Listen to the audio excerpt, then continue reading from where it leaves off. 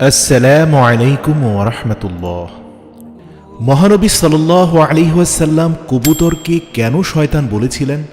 আবু দাউদ শরীফের 4940 নম্বর হাদিসে মহানবী সাল্লাল্লাহু আলাইহি ওয়াসাল্লাম কবুতরকে একটা বিশেষ প্রেক্ষাপটে শয়তান হিসেবে উল্লেখ করেছেন। কিন্তু আমরা অনেকেই জানি না আল্লাহর রাসূল ঠিক কী কারণে কবুতরকে শয়তান বলেছিলেন। কবুতর অত্যন্ত আকর্ষণীয় এবং সুন্দর একটি পাখি, যা সকলেরই পছন্দ। তাই এই পাখি অধিকাংশ ঘরে পালিত হয়। ঘর ছাড়াও এই পাখিটি বিভিন্ন মাজার এমনকি মক্কা মদিনায়ও প্রচুর পরিমাণে দেখা যায়। তবে মক্কা মদিনায় মানুষ কবুতরকে খুব বেশি খাবার দেয়, তাই সেখানে দিন দিন কবুতরের সংখ্যা বৃদ্ধি পাচ্ছে। প্রিয় দর্শক, ভিডিওর মূল বিষয়বস্তু বর্ণনা করার পূর্বে আপনাদের একটা ঘটনা জানাতে চাই। কবুতরের ব্যাপারে হযরত নূহ আলাইহিস সালাম এর প্লাবনের সময় যদি পাহাড়ে নৌকা থামার পর হযরত নূহ আলাইহিস সালাম এবং পৃথিবীতে অবশিষ্ট থাকা মানব জাতির একাংশ ভূমিতে বসবাসের জন্য প্রস্তুত হলেন। আশপাশের অবস্থা পর্যবেক্ষণ করে আসার জন্য নূহ আলাইহিস সালাম একটি কাককে পাঠালেন। অতঃপর কাকটি উড়ে গিয়ে একটা ক্ষেতের সন্ধান পেয়ে সেখানে থেকে গেল, আর ফিরে এলো না। কাক আসতে দেরি হচ্ছে দেখে হযরত নূহ আলাইহিস সালাম একটি কবুতরকে পাঠালেন অবস্থা দেখে আসার জন্য যে এখন পৃথিবীতে বসবাস করা যাবে কিনা, মহাপ্লাবন শেষ হয়েছে কিনা। তারপর সে কবুতর উড়ে গেল এবং কিছুক্ষণ পর একটি জলপাইয়ের পাতা ঠোঁটে নিয়ে ফিরে এলো। কবুতরের পায়ে কাদা লেগে আছে দেখে হযরত নূহ আলাইহিস সালাম এবং পৃথিবীতে অবশিষ্ট থাকা নৌকার আরোহীরা বুঝতে পারলেন পৃথিবী এখন বসবাসের উপযোগী হয়েছে। কবুতরের এই কাজের জন্য হযরত নূহ আলাইহিস সালাম কবুতরের জন্য দোয়া করেছিলেন।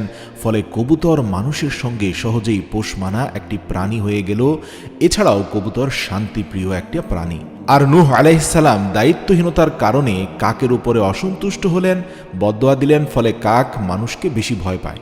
সুনানে ইবনে মাজার 2947 নং হাদিসে উল্লেখ আছে, সাইবার কন্যা সাফিয়া রাদিয়াল্লাহু তাআলা আনহা থেকে বর্ণিত, তিনি বলেন, রাসূল সাল্লাল্লাহু আলাইহি ওয়াসাল্লাম মক্কা বিজয়ের বছর যখন নিশ্চিত নিরাপদ হলেন, তখন তিনি স্বীয় উটে আরোহণ করে বাইতুল্লাহ তাওয়াফ করেন এবং নিজের হাতের লাঠির সাহায্যে সোজা হয়ে হাজরে আসওয়াদকে চুমু দেন।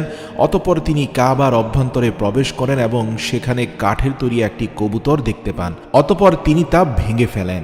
তারপর তিনি কাবার দরজায় দাঁড়িয়ে তা বাহিরে নিক্ষেপ করেন এবং হযরত সাফিয়া বলেন, আমি নিজে তা দেখেছিলাম।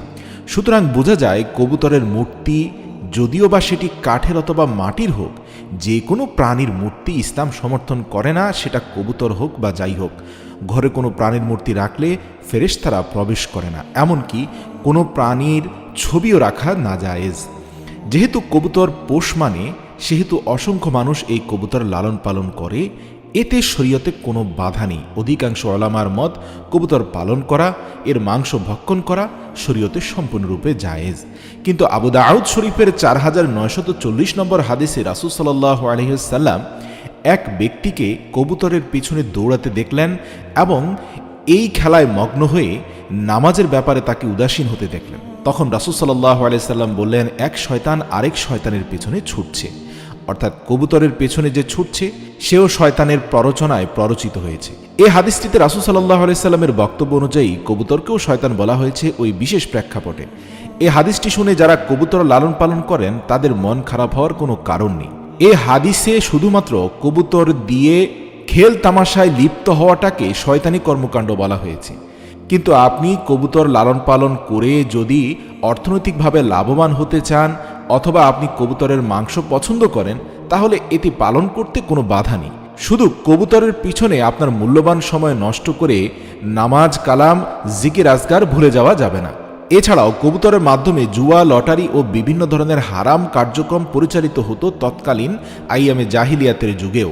তাই রাসূল সাল্লাল্লাহু আলাইহি সাল্লাম তৎকালীন সময়ের মানুষ যারা কবুতর নিয়ে এই জাতীয় লটারি এবং জুয়া খেলত, তাদের ওই কর্মকাণ্ডকেই শয়তানি কর্মকাণ্ড বলেছেন।